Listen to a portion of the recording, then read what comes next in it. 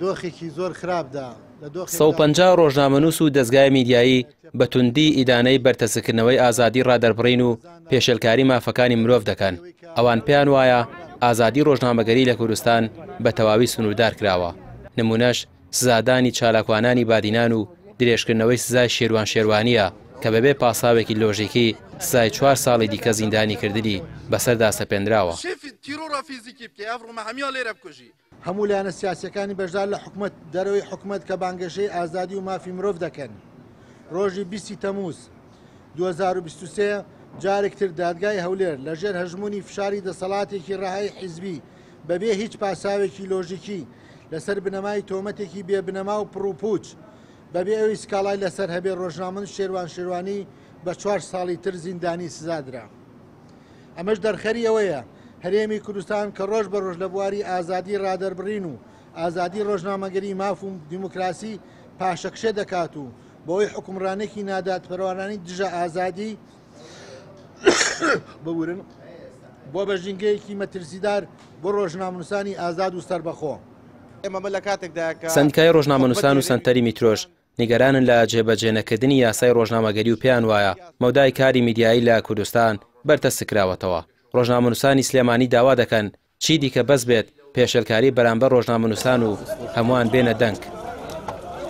ئومێدەوار بووین لە دادگاکانی هەرێمی کوردستان کە حکمێکی تند و ئەو حکمەی کە حکمێکی ئەتوانم بڵم نامرۆڤانەیە بەسەر ڕۆژنامەنووس شیروان شیروانی دەربکات. ئومێدەوار بووین کە ئەو حکومە دەرنەکرێت، بەڵام بەداخەوە کە دادگا دووبارە سەلماندی بەوەی کە دیارە ویستێک نییە بۆ ئەوەی کە سەروەری یاسا بەرقەرار بێ. ئەوەشمان بیر نەچێت ئێمە لە کاتێکدا کە حکومەتی هەرێمی کوردستان بانگەشەی لە ئەم کابینەیە بانگەشەی سەروەری یاسا و شەڕی ڕوبەڕووبوونەوەی گەندەڵیە کرد. ئێمە پێمان وابوو کە دەبوو ئەم کابینەیە ڕۆژنامەنووسان و کەناڵەکانی ڕاگەاندن و میدیاکاران بکاتە دۆستی خۆی بۆ ئەوەی لە شەڕی گەندەڵیا پێکەوە ئەم شەڕە بکەن و ڕوبەڕووی گەندەڵی بنەوە. بەڵام بەداخەوە ئەمەیکی ڕووی نەدا.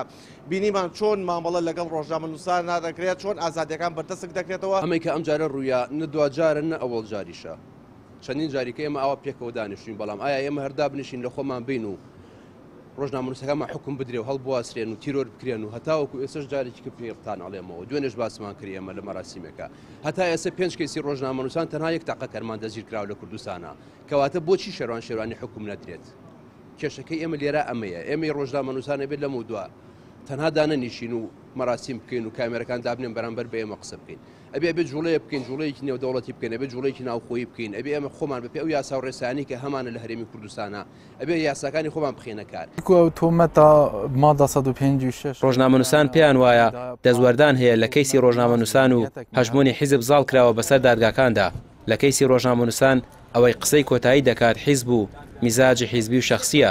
داواش دەکەن شێروان شێروانی هەرچی زووە ئازاد بکرێت و کۆتایی بەم سزای سەری بهێندرێت. ڕامیار عوسمان، کەناڵی پێیام، سلێمانی.